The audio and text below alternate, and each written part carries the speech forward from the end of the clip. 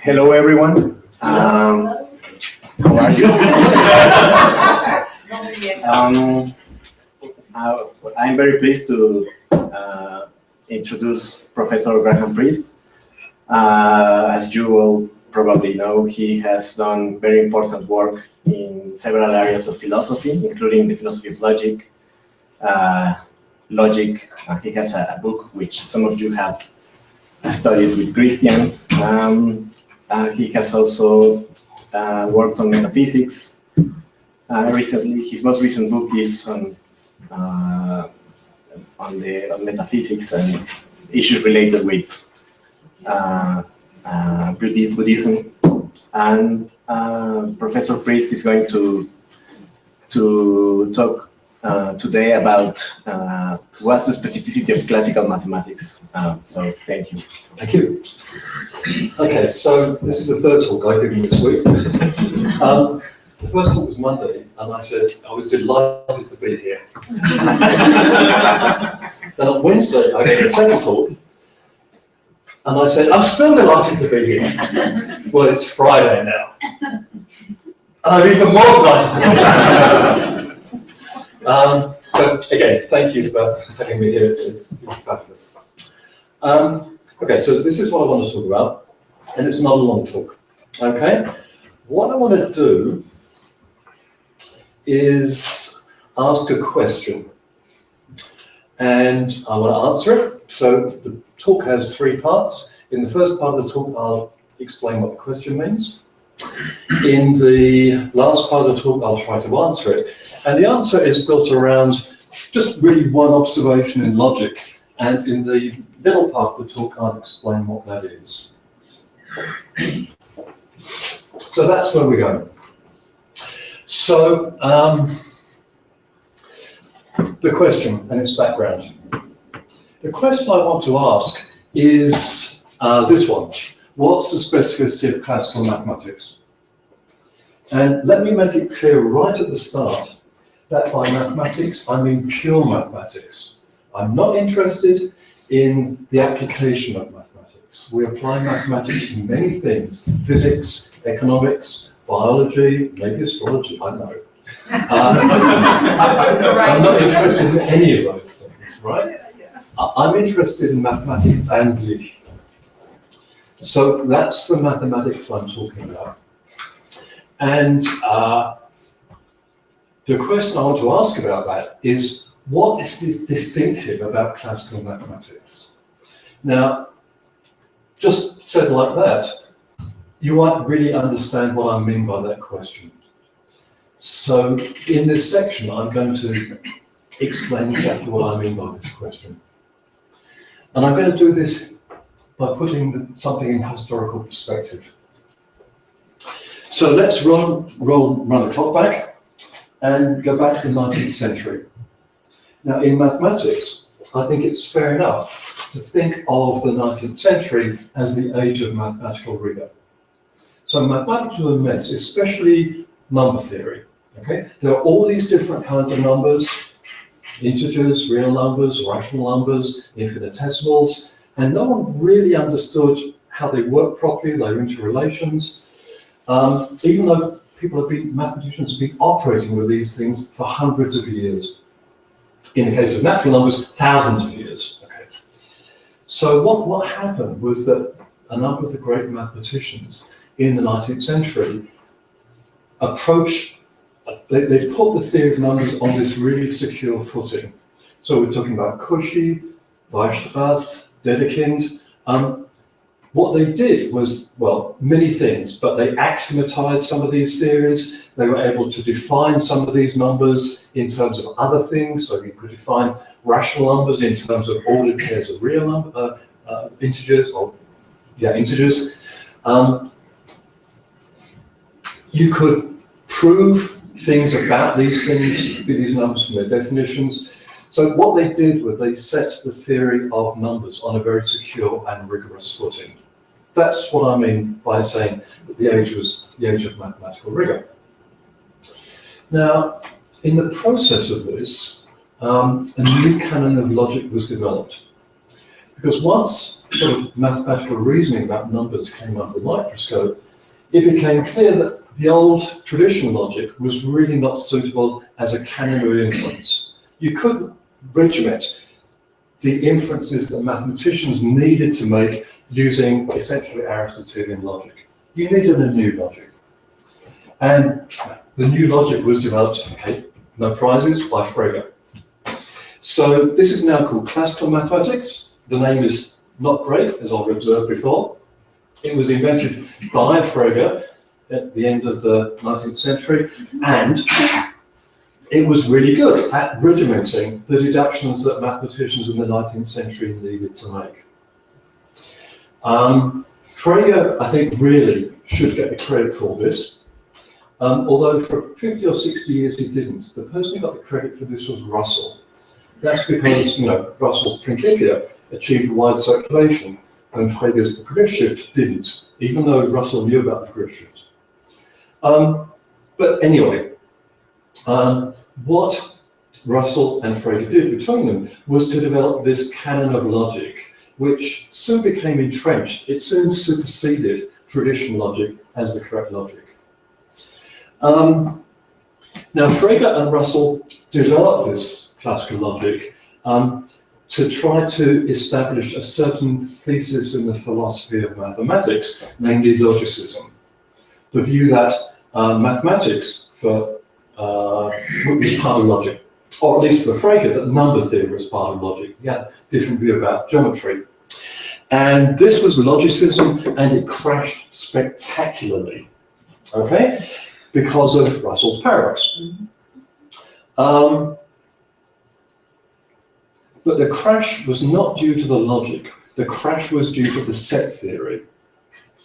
And once the set theory was reorganized by people like Zumilo, then it must be said that the Zumilo-Fraenkel set theory plus classical logic did a very good job of organizing, regimenting, structuring the the mathematics up to the end of the 19th century. I'm going to call that classical mathematics, okay? So what transpired in the first decade of the 20th century was a regimentation of classical mathematics using the Zumilo-Fraenkel set theory and classical logic. And the logic was very good at doing this, and as I observed, it soon became entrenched. That is, it came to be assumed that this was the logic. Now, if you look at the literature from this period, you will not see people giving arguments for this. It's just an assumption. And if you think about it, there's no particular reason why that should be true. The canon was organized to regiment mathematical reasoning of a certain kind. Why on earth should you suppose that it applies to absolutely everything, like paradox, like time, like tense, like fiction, like vague things? Okay? In fact, the more you think about it, the less and less plausible it gets that it should apply to everything. Okay. You may need different logics to reason about vague things, for example. You might need a fuzzy logic, you might need a lot of truth value gaps. There's no particular reason to suppose that classical logic, which was evolved for dealing with precise objects like numbers, is going to apply to fuzzy situations. Okay, now, what I'm saying is consistent with logical pluralism. There's more than one correct logic, and you choose your logic according to the domain of application. But it's also, what I'm saying does not require logical pluralism.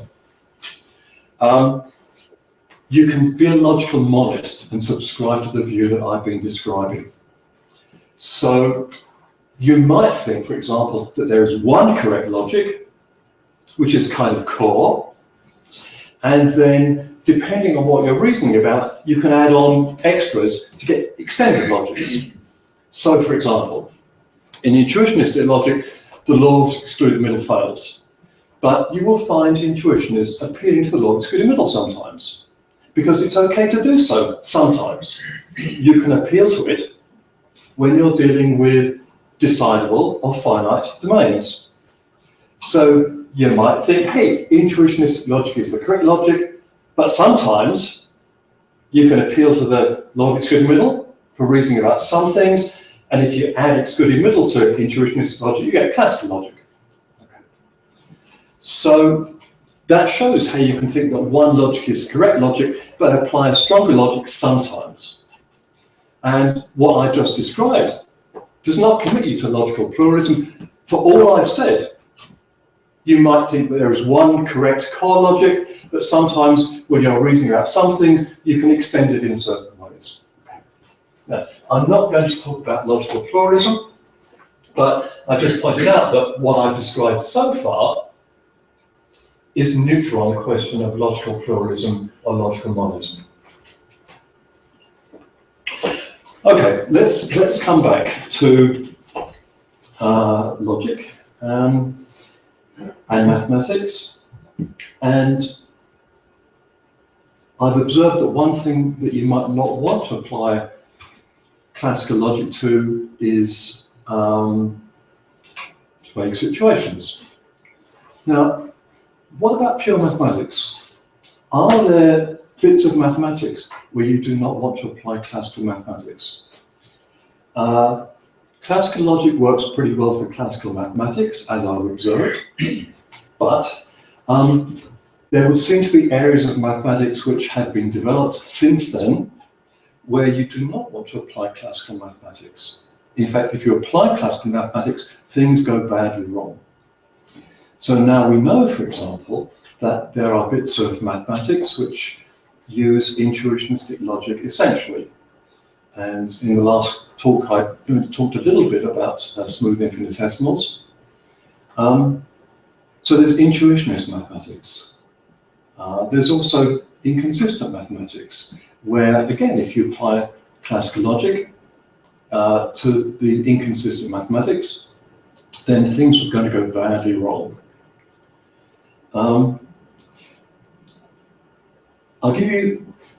I'll spell out those examples a bit more in a moment, but let me just point out that a pure logic is a mathematical structure. Okay, so classical logic is a mathematical structure. Intuitionist logic is a mathematical structure. Paraconsistent logic is a mathematical structure. I mean, they all have proof systems, semantics, algebras. These are mathematical structures, okay? So a pure logic is a mathematical structure. And given such a mathematical structure, you can build other mathematical structures on top of it. So, for example, given the mathematical structure, which is intuitionist logic, you can build on that, say, the theory of smooth infinitesimals. Now, the theory of smooth infinitesimals is a theory of infinitesimals where the infinitesimals behave in a very distinctive fashion. An infinitesimal is something alpha, such that alpha squared equals 0, but alpha is not equal to 0. And the coherence of this theory depends on using intuitionist logic. If you add excluded middle to the mathematics, the whole thing collapses, right? So the theory of smooth infinitesimals is a branch of intuitionist mathematics in which you do not want to apply classical mathematics. What about paraconsistent mathematics? Well, we know that there are inconsistent theories of sets now, where you have a naive comprehension schema. So if you've got any condition x, there's some set z such that for all y is in z if and only this, so there's a z set. So any condition phi defines a set. Now, we know that under the appropriate conditions, that gives you Russell's paradox. If you apply classical mathematics, it becomes trivial. You can prove everything, okay? So the very coherence of this kind of mathematics requires you to use a paraconsistent logic, not classical logic. All right, so what we now know at the beginning of the 21st century is that there are mathematics where you do not want to apply classical logic. Okay, so I've said that I'm not talking about logical pluralism, but this is certainly mathematical pluralism, okay? There are all these mathematical structures. Some of them are built on classical logic, some of them are built on intuitionist logic, some of them are built on paraconsistent logic, and maybe other logics too. So this is a version of mathematical pluralism. What kind of mathematical pluralism it is in Michelle's taxonomy, I'll leave her to comment on. I mean, I'm inclined to think of it as kind of methodological pluralism. You can use intuitionist methodology in some areas, you can use paraconsistent methodology in some areas, but no, it's certainly mathematical pluralism in the sense that, you know, that there's pure mathematics based on classical logic, pure mathematics based on paraconsistent logic. Okay, that's a plurality. Now, I'm not giving you a story about the ontology of this. It comports very well with the sort of picture that Mark was talking about yesterday. I'm actually very sympathetic to plenitudinous Platonism. There's all these mathematical structures out there. Some of them are based on classical logic, some are based on intuitionist logic, and so on. In fact, I may be more, my plenum might be bigger than Mark's, I don't know, because I'm not sure whether he limits the plenum to classical structures, but I'll let him talk about that. Anyway, look, we have here mathematical pluralism. Now, of course, when you have a plurality, that does not mean that every member of the plurality is equal. You know, some animals are more equal than others. So some might have more applications, they might be more beautiful, they might be more interesting mathematically, they might be more, have better aesthetic qualities. Okay, that's another matter. That's a matter for further investigation. But that there is a plurality, I now take to be established by the state of mathematics at the beginning of the 21st century. Okay, so that is the background. Now, against that background, you can see what kind of question I want to ask. What's special about classical mathematics? So classical mathematics is part of this plurality, right?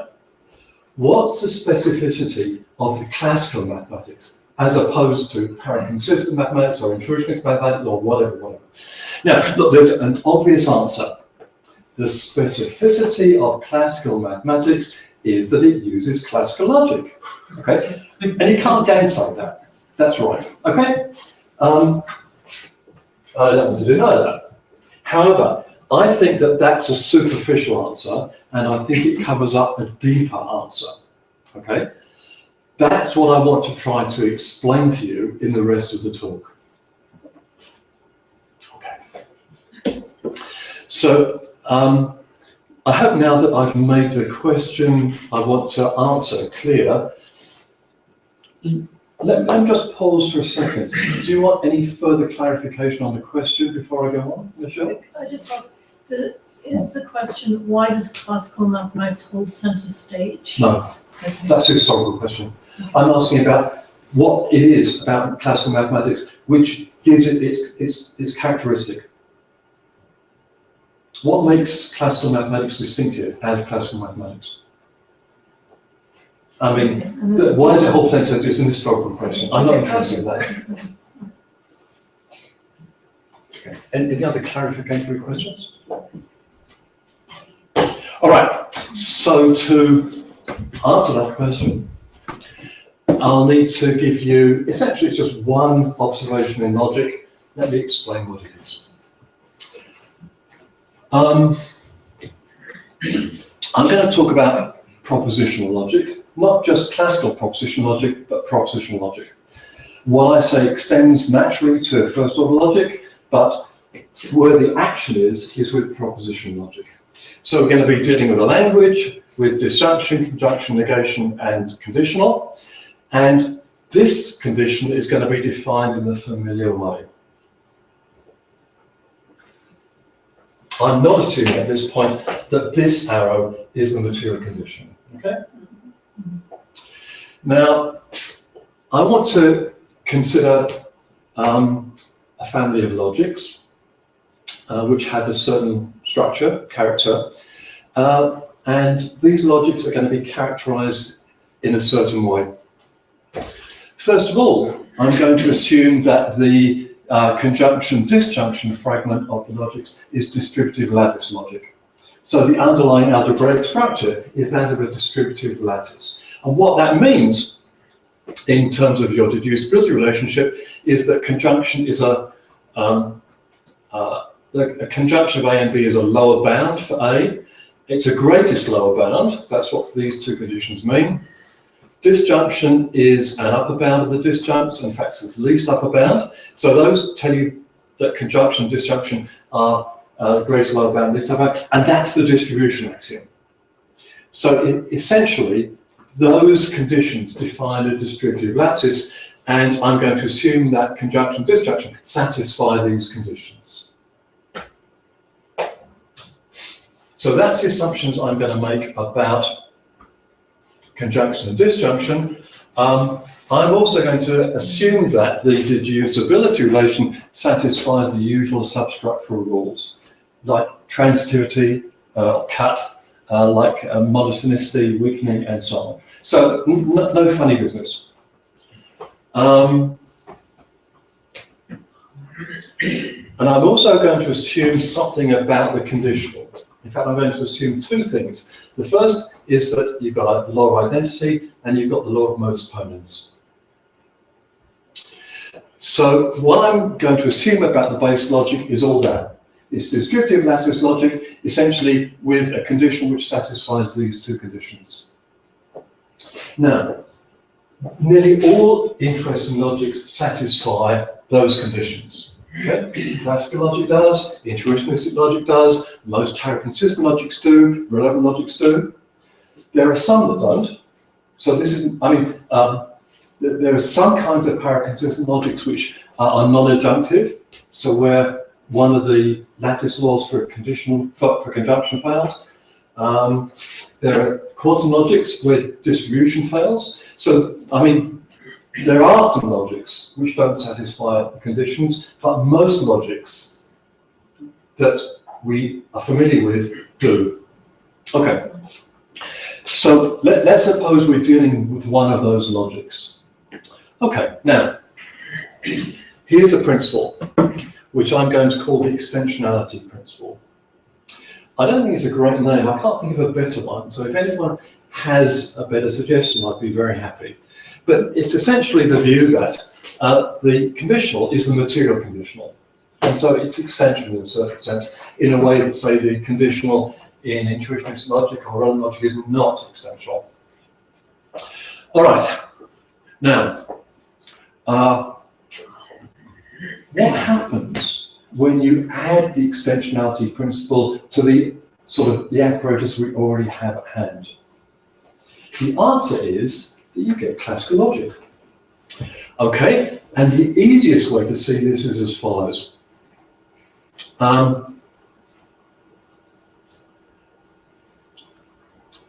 This is the principle of explosion. This is the principle of implosion. If you add the extensionality principle, you get explosion and implosion. Implosion is bloody obvious, right? Because that, given the extensionality principle, that's just identity, B arrow B. This one, you need a little bit of an argument for, but it's not difficult. So suppose A and not A, then not A, that's by lattice principles. So again, by lattice principles, not A or B, but by extensionality, that's just A arrow B. But given A and not A, then A, that's lattice principle. And then by modus ponens, you get B. So once you add the extensionality principle, you get explosion and implosion. All right, let's define bottom as A and not A. So choose any A you like. Define bottom as A and not A. Define top as A or not A. Then bottom entails B for any B, that's just explosion, and anything entails top, that's just implosion. So what we know is that our lattice has a top and a bottom. And moreover, any contradiction entails bottom, that's explosion again, and anything entails, or top entails any instance of C or not C. Okay, well, those conditions define a Boolean algebra. Okay, so a Boolean algebra is a distributive lattice with a top and a bottom, such that any contradiction is the top, and any instance of excluding middle. Sorry, any contradiction is the bottom, and any instance of excluding middle is the top. Okay? That defines a Boolean algebra, and a Boolean algebra is the algebraic structure underlying classical logic. So what you see is you get essentially a Boolean structure, and that's going to generate classical logic. So the point of this observation is as follows. Take the kind of logical structure I described, distributive lattice logic, plus modus ponens and identity, plus the extensionality principle, you get classical logic. Okay. Now, I'm going to apply that when we reach the third part of the talk to answer the question I explained to you. But before we get there, let me just make a couple of observations to put this in context. So, first observation. What I've told you is if you add the extensionality principle to a logic satisfying the conditions I described, you get classical logic. That's okay. Now, suppose you start with a logic such that when you apply the translation given by the extensionality principle, you get something that is not a classical tautology. And there are such logics. So these are principles sometimes named after Aristotle and Boethius. And they occur in a kind of logic called connective logics, which you may not know much about. So let me just tell you there are such things. Now, if you replace the arrow with a material conditional, you get something which is not a classical tautology. So if you apply the extensionality principle to a logic which satisfies these guys, you're going to produce something which is not a classical tautology. And what that means is what you're going to get is triviality, because classical logic is post-complete. If you add any formula which is not a tautology to classical logic, then you get inconsistency. That's post-completeness, all right? So by adding the extensionality principle to the underlying logic, you get classical logic, but things could blow up. But if every arrow sentence of your logic translates into something that's classical tautology, you're fine. Okay? So that's the first observation. Second observation is this. Sometimes the material conditional is defined like this, not in terms of a disjunction, but in terms of a conjunction. Someone said to me, suppose you take the extensionality principle in this form. Does the same happen? That's a good question. The answer is no, it doesn't, surprisingly. Because what you can show is if you add the extensionality principle in this form to the underlying logical apparatus I described, you do not get classical logic. And here are some matrices to show you. I don't expect you to grasp the details, all right? But these matrices verify distributive lattice logic, they verify modus ponens, identity, and this principle. And they do not verify classical logic because you do not get explosion. So it's an interesting technical aside, but you really have to take the extensionality principle in the form of a disjunction, not a conjunction. That's the second observation. Third observation is, I've assumed that we're starting from a base which is distributive lattice logic. But we could start from a weaker base.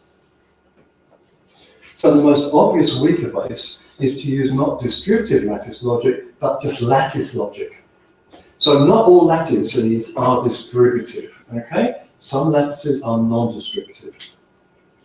And there are logics which are based on non-distributive lattices. The obvious example is quantum logic, which has a lattice is an underlying logic, but not a distributive lattice. So you could start from a weaker base. I think that's less attractive for a number of reasons. You could start from the basis of non-distributive lattice logic, then to get classical logic, you would have to add not only the extensionality principle, you'd have to add distribution, which you can do, but you cannot think of the distribution as characterizing disjunction and conjunction, because you need the other lattice stuff to do that. Okay? Whereas you can think of the extensionality principle as characterizing a conditional, because you just add it in one hit, okay, and it will give you a conditional. Okay, and on a sort of personal note, I also think that conjunction and disjunction are distributive. But, yeah, we can argue about that. All right, so those are three asides. The main observation, let me point out again, is this. If you add the extensionality principle, which is a principle without a conditional, to the logical machine, to any logic of the kind I've noted, you will get classical logic. All right, now let's turn to the answer to my question. What is distinctive about classical mathematics? Well, it uses classical logic. What is distinctive about classical logic from the perspective I've just drawn? Well, the extensionality principle. So what is distinctive about classical mathematics? It's the extensionality principle. Now, you could hear the extensionality principle as a principle about logic. I think that's the wrong way to look at it. So you might think that the extensionality principle tells you something about the way that conditionality works in, say, English or Mexican. And in fact, if you read textbooks after about 1930, that's the way it's sold, okay? I bet most of you who did a course on Logic 100 were told this is how the conditional works, yeah? And then you said, no, it doesn't. They said, just fill in the bloody ones and zeros. I think Russell, if you read Russell, he hears the extensionality principle as a principle about conditionality, the way that the conditional works. So you can hear it in this way. Frege did not. Okay, Frege was much more circumspect. So if you read the Begriffsschrift, Frege is very clear that this means simply that it's a truth function that rules out one possibility, namely that A is affirmed and B is denied. So in the Begriffsschrift notation,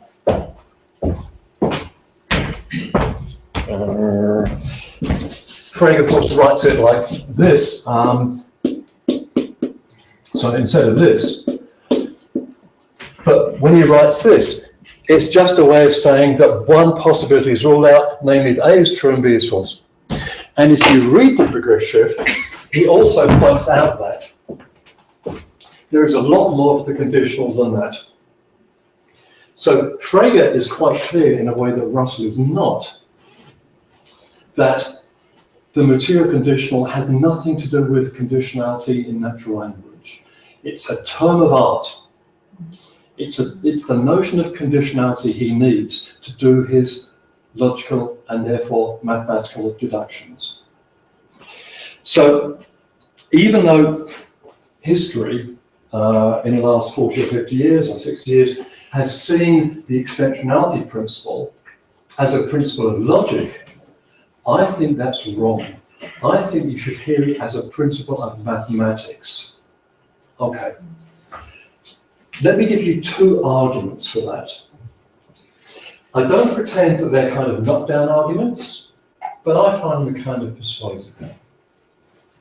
Now, the first argument is as follows.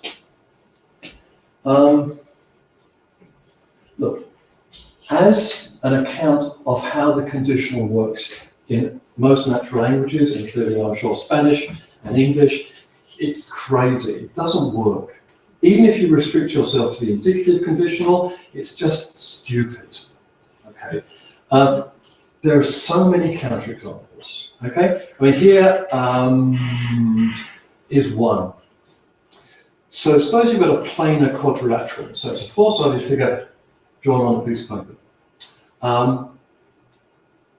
Here's a premise. A has equal angles and equal sides, or if A has equal angles and equal sides, it's a square. That's kind of true, right? Well, okay. Here's a conclusion. Either if A has equal sides, it's a square, or if it has equal angles, it's a square. Any mathematician who reasoned like that would not be in their right mind. Okay. So it just, if you read the arrow as if, it just does not work. I said the conditionals, you know, the English conditional, the Spanish conditional is not material. Of course, if you interpret this as hook, it works. Because if this is true, then either the antecedent is false or the conclusion is true. If the conclusion is true, both disjuncts are true. If the antecedent is false, then one of these conditionals has a false antecedent. Okay, so that it makes sense if you interpret the arrow as material conditional. It makes no sense if you interpret the arrow as an English conditional. So the view that the English or the Spanish condition is material is just crazy, okay? Better not to lumber classical mathematics with this stupid assumption. So the extensionality principle, don't take the extensionality principle to be a principle about the meaning of a condition in English. Take it to be a thesis about the way that conditionality works in a species of mathematics, mainly the one that Frege was organizing, namely classical mathematics. So that's one reason why I think it's better to see the extensionality principle as a principle of mathematics, not as a principle of logic. Okay, that's one reason. Here's a second reason. Suppose you subscribe to a logic of the kind that I've described. So it's a logic that has distributive lattice principles, identity modus ponens, but suppose it's weaker than classical logic. So suppose it's intuitionist logic, suppose it's apparent consistent or relevant logic, a logic that is not going to verify all of classical logic. Then when you see a bit of mathematics, classical mathematics, that uses essentially classical reasoning, which is not valid in intuitionism or not valid in a relevant logic, you've got to say, so it's invalid, right? the proof doesn't work. And of course, yeah, many intuitionists were prepared to say that. You know, lots of classical mathematics, forget it, it's wrong. Now, you can do that. It's not very appealing. It hasn't tempted many mathematicians. You might well be interested in intuitionist mathematics, like the theory of smooth infinitesimals, but you still want to say that as a result of classical mathematics, you know, the classical things which don't hold intuitionistically are fine. So, look, if you insist that your logic is weaker than classical, the true logic is weaker than classical logic, there's a revisionist position which says, hey, that means that a lot of mathematics is wrong. And I reckon that's a bad way to go. A much better way to go is, I think, this. You take your logic, you augment it with the extensionality principle, and then everything goes through in classical mathematics. So you do not have to see the classical results as wrong. You have to see them as holding modulo a certain kind of assumption about the arrow. In exactly the same way, you might have some doubts about the axiom of choice. Okay?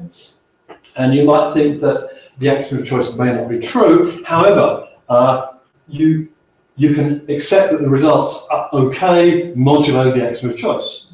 What I'm suggesting is something sort of similar with respect to the extensionality principle. So you don't have to hear the classical results as wrong, you just have to hear them as based on a certain assumption about conditionality in the kinds of mathematical structures with which you're dealing. Okay, so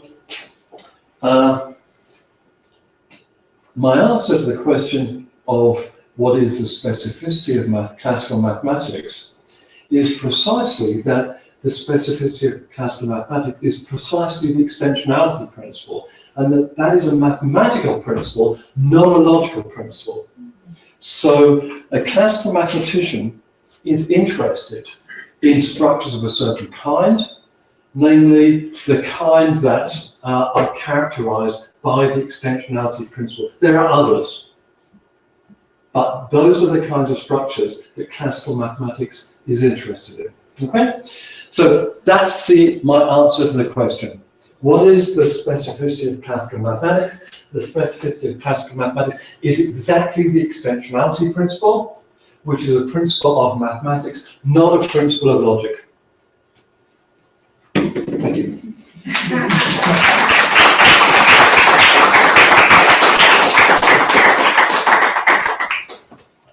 Questions? I just have a clarificatory question. Can you back up the two things that defined the arrow? Yeah. Well, not defined. It might have other properties too, but I'm assuming that the arrow satisfies those two conditions.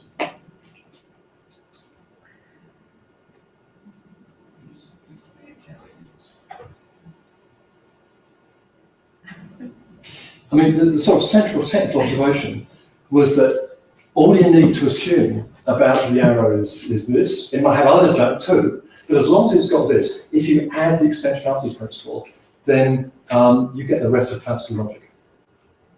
And that's not a trivial result, because if you define it with the conjunctive form, not the disjunctive form, it doesn't hold. So I found it a kind of surprising result, but it's, you can't argue about the mathematics. First, right, the first question, so that I can make my question. Is it only the extensionality principle that has this property that if you add it to this, you get? Because I was thinking of the elimination rule for the other introduction rule for the arrow of the conditional. How do you call it? The generalization? That. Right. If you add that, you also get classical, right? Well,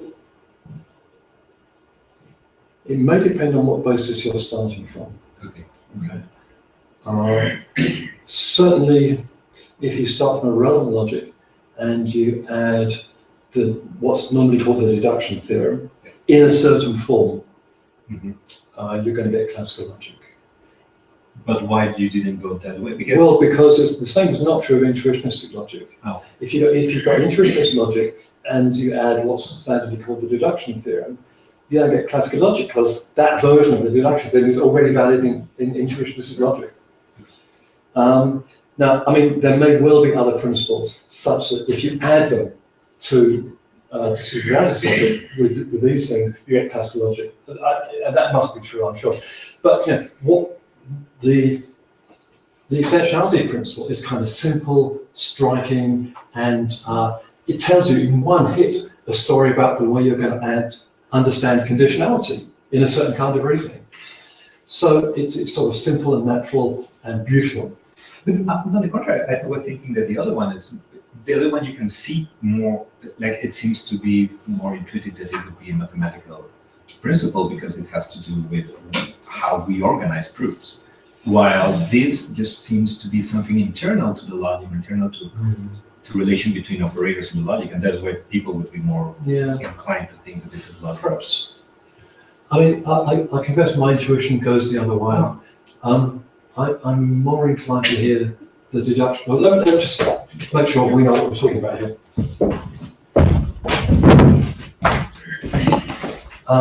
So this is if you've got some bunch of premises, and from A you can infer B, then from that you can infer A arrow B. Yes. Okay, arrow introduction, if you like. My own intuition is that does seem to be a principle of logic in as much as it tells you something about conditionality.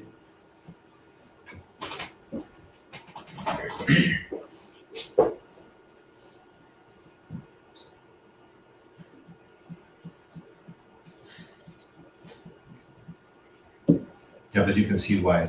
Yeah, I can see the other side of the story.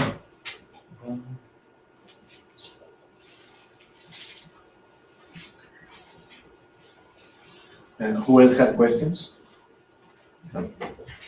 Just a philosophical question. How are you distinguishing logic from mathematics?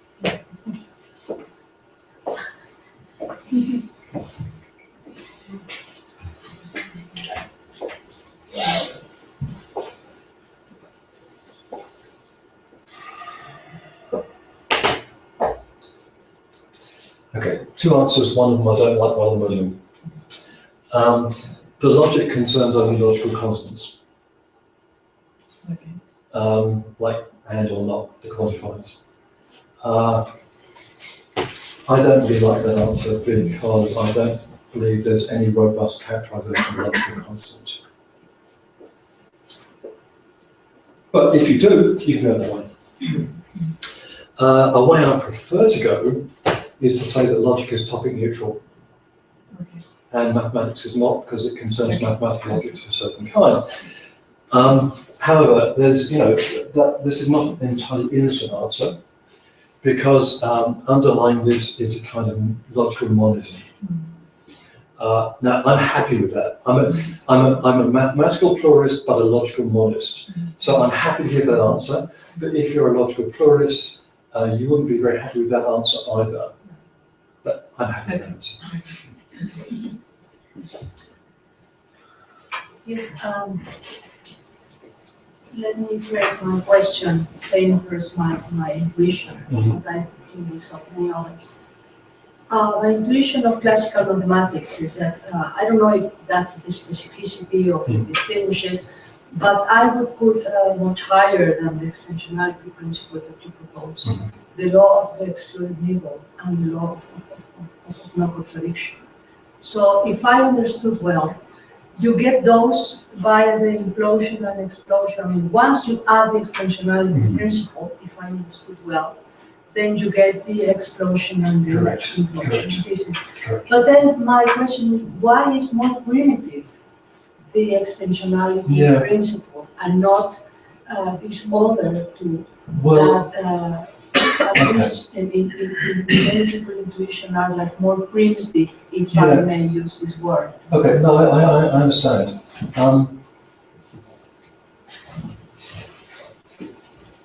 Extensionality principle seems more fundamental in this sense. Once you add it, you get both explosion and implosion. Okay? If you can add either implosion or explosion, and you do not get the other, neither do you get the extensionality principle. So there's an asymmetry here, right? You can add implosion or explosion, and you don't get. You've got three things: extensionality principle, implosion, explosion. If you add either implosion or explosion, you don't necessarily get the other two. Whereas if you add the extensionality principle, you get both the other two. In that sense, it seems more fundamental. Even though, from a certain historical perspective, I mean, what you're saying is what you might think, because a lot of people have taken explosion and implosion to be kind of integral to logic, and theories about the conditional were kind of off to one side. So this is asking you to look at it in a kind of non-traditional way. Luis? I think I know the answer already. Good. You like uniform solutions. I do. But if there's a single problem, I like uniform solutions. Yeah. Well, the question is this: do you think your view generalizes? And, I mean, do you think the specificity of any non-classical mathematics can be, I don't know, it has to do something with those extra logical properties of the conditional? Yeah, okay, good. So I've given you an answer about the specificity of classical mathematics, and what you're saying is, hey, what about the specificity of intuitionist mathematics and paraconsistent? Good question.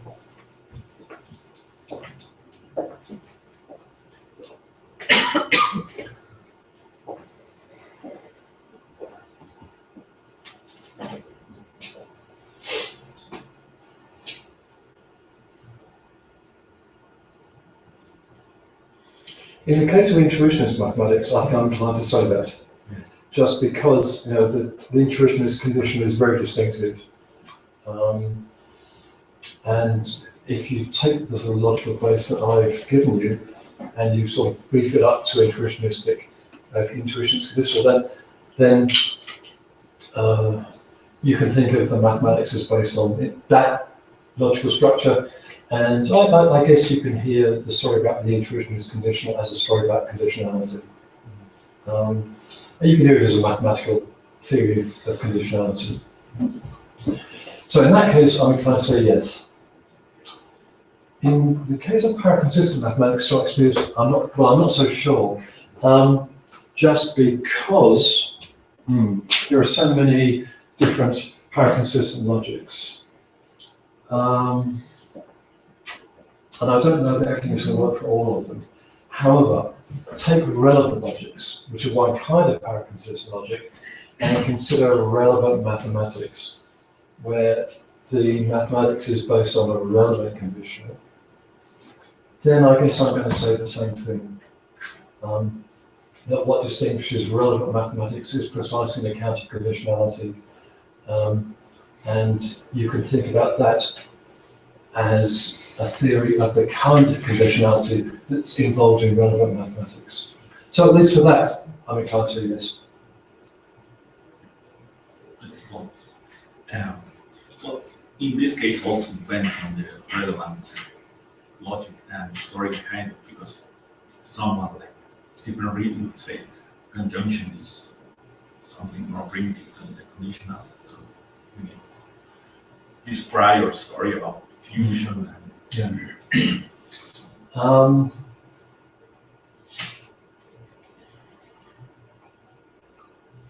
I don't think that's telling, because in all relevant logics, you can have a notion of fusion and you can define the conditional in terms of the fusion operator. Okay.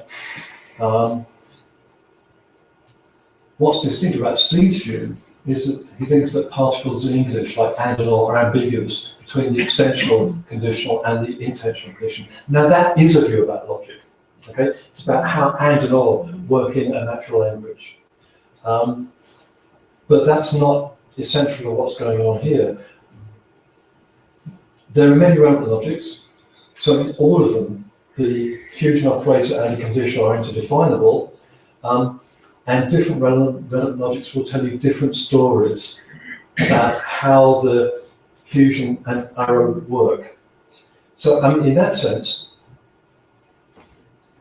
there isn't a single relevant mathematics. There are different relevant logics, and they're going to be different mathematics based on the different relevant logics. But in practice, you need a certain strength of relevant logic to do anything really interesting mathematically. So I'm inclined to think that if you base a mathematics on a very, very weak relevant logic, you're not going to get anything very interesting mathematically. So it's a fine mathematical structure, but as I've said, that not all mathematical structures are equal in their richness, their applicability, and so on. And you need a relevant logic with a certain strength to get mathematically interesting things. Yeah. I think you had a question, and Yeah. maybe then. It's a little bit related to these discussions. So I had a similar talk to yours, given by a constructive logician. And he was talking about what's the essential difference between constructive logic and classical logic, and he focused on the law of excluded middle. He said, because sometimes people focus on the axiom of choice, sometimes double negation elimination, and so on. But he said it's really LEM that made the difference. So that's just a comment that, and again, the argument was why this? Well, it's cleaner, it gives you all of the differences. Okay, but remember, I wasn't talking about the difference between classical logic and intuitionist logic. No. I was talking about the difference between classical mathematics and intuitionist mathematics.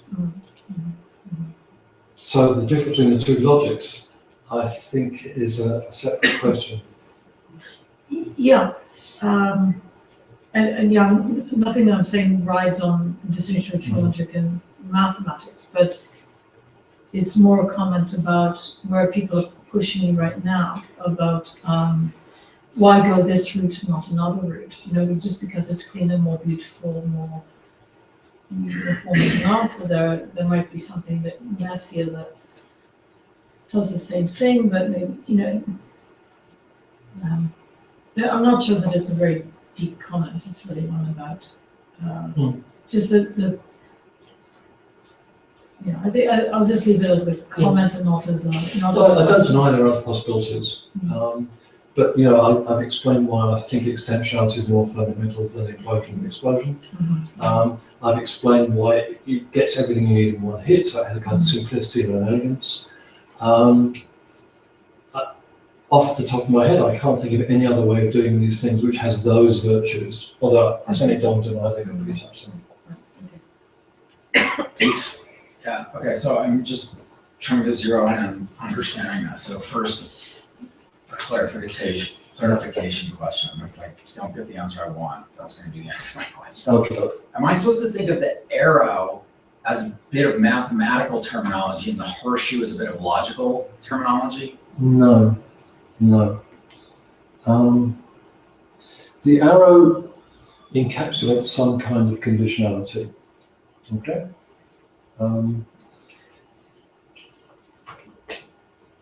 And the hook, or the extensionality principle, tells you that in the sort of context you're interested in, the conditionality works in a certain way, namely, like the material condition.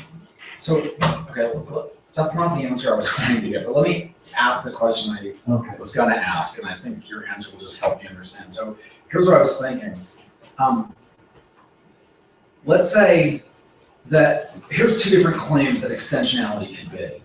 One is something like an empirical claim about how conditionality works in mathematics.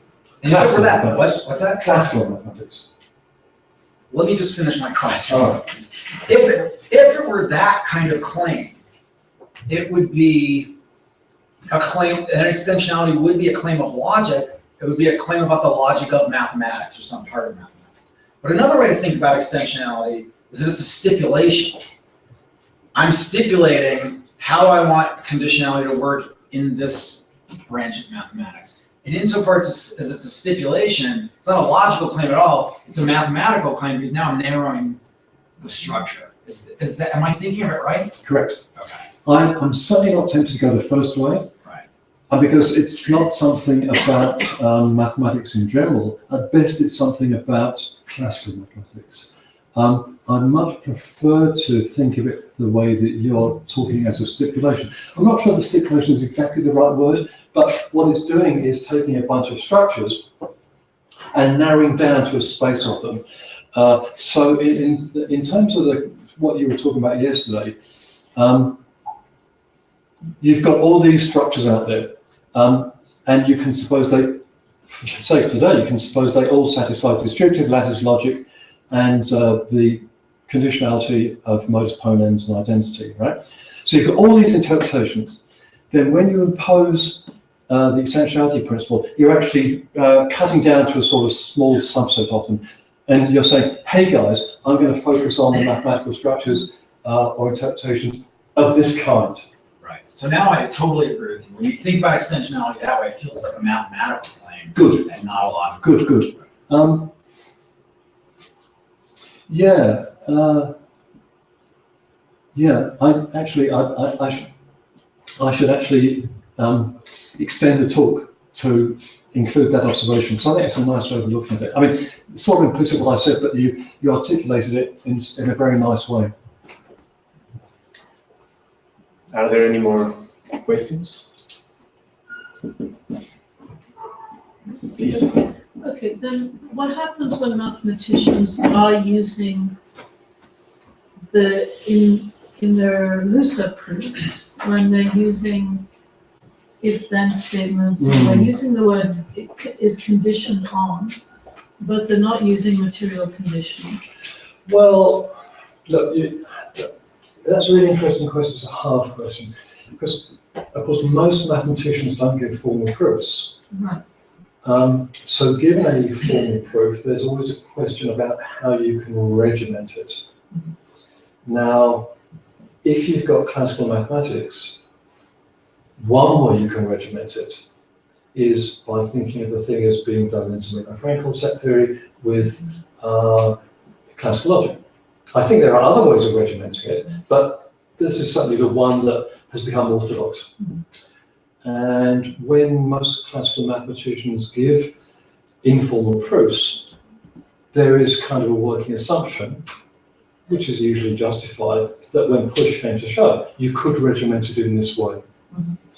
So they give an informal argument, but there's a kind of methodological assumption based largely on the fact that Russell did so much of this in Principia, that it could be regimented in this way. So you can think of it, of what I'm suggesting, if you like, as a kind of rational reconstruction of classical informal reasoning. And so the onus is on you then to reconstruct it in such a way that the material conditional is. Yeah. And if you want to define it in terms of disjunction and negation, you can do that too.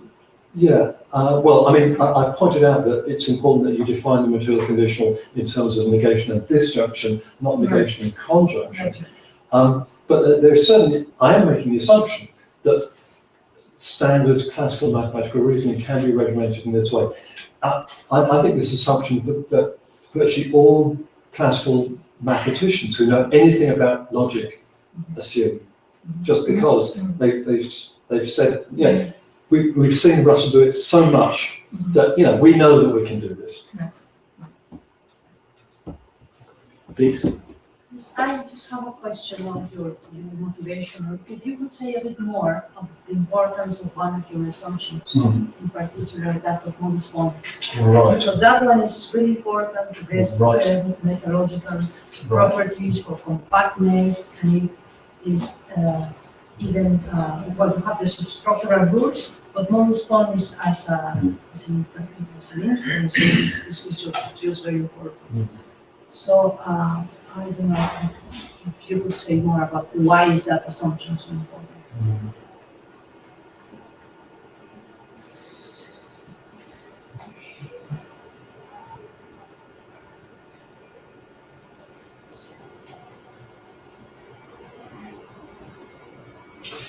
Well, the quick answer is that if something doesn't satisfy modus ponens, it's not really a condition of any kind.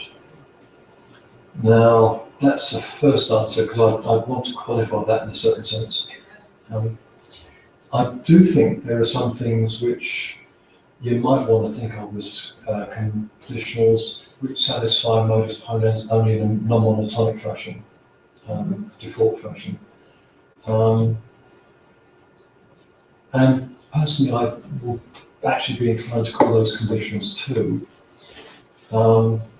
But certainly in a mathematical context, I'm not really interested in default reasoning or non-monotonic reasoning. So provided we're in a context where we want our inferences to be indefeasible, then I think if it doesn't satisfy modus ponens, then it's not really a conditional.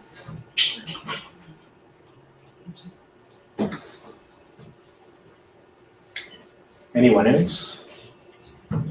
Okay, so now, is the arrow just supposed to be a representation of English if-then as it appears in classical math? Well, the hook is. No, the hook is not English if-then. Oh, I'm sorry. So there's this if-then going on. You go, hey, like if we just read this as hook, so it's not a logical claim about what it's really going on. But if you just read this as hook, then we get it. Like, all right. So good. So I mean, so it's not a claim about.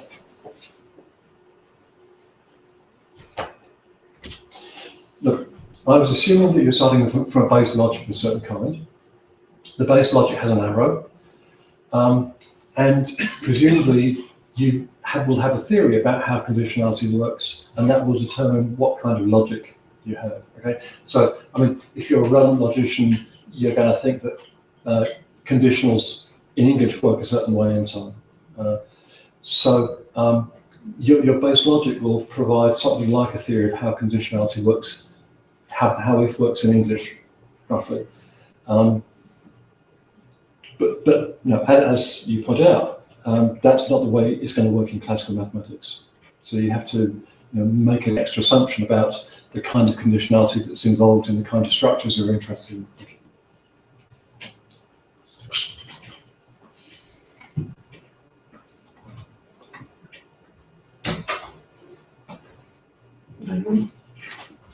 Just to clarify, your claim is not a historical claim about what classical mathematicians reason like, or how they had in their minds the notion of conditionality or anything like that. Your claim is a methodological one that practically, if not all, but practically all of 19th century mathematics could be reconstructed using only this extensional notion of the material conditional. I think it's a way to identify the classical mathematics, not the reasoning that classical mathematicians went through. Yeah, look, most mathematicians reason informally, okay? And 19th century mathematicians are no exception. That they couldn't have deployed the formal logic of their day because it didn't work for them, their traditional logic.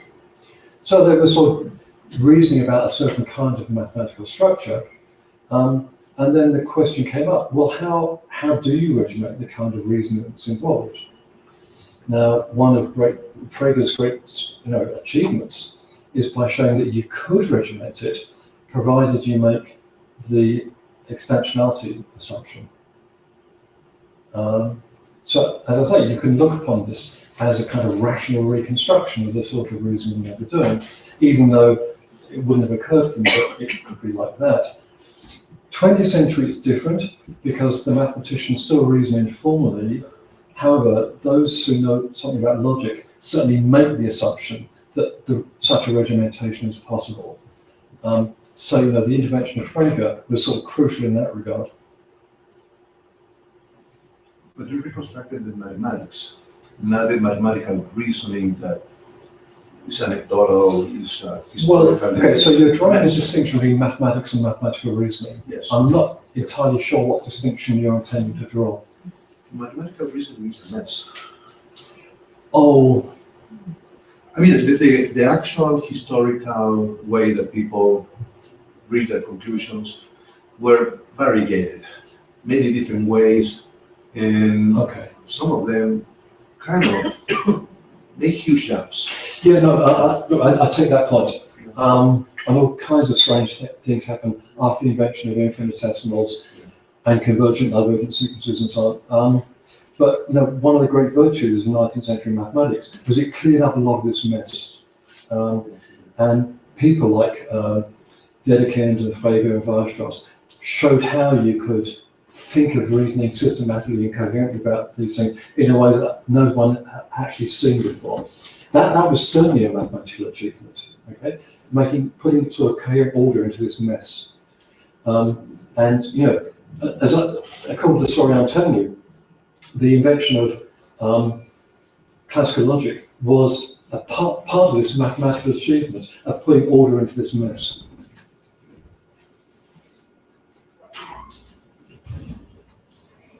Any more questions? Okay, well, thank you very much for your talk, Professor Chris, and thank you everyone for coming to the mathematics workshop, mathematical philosophy workshop.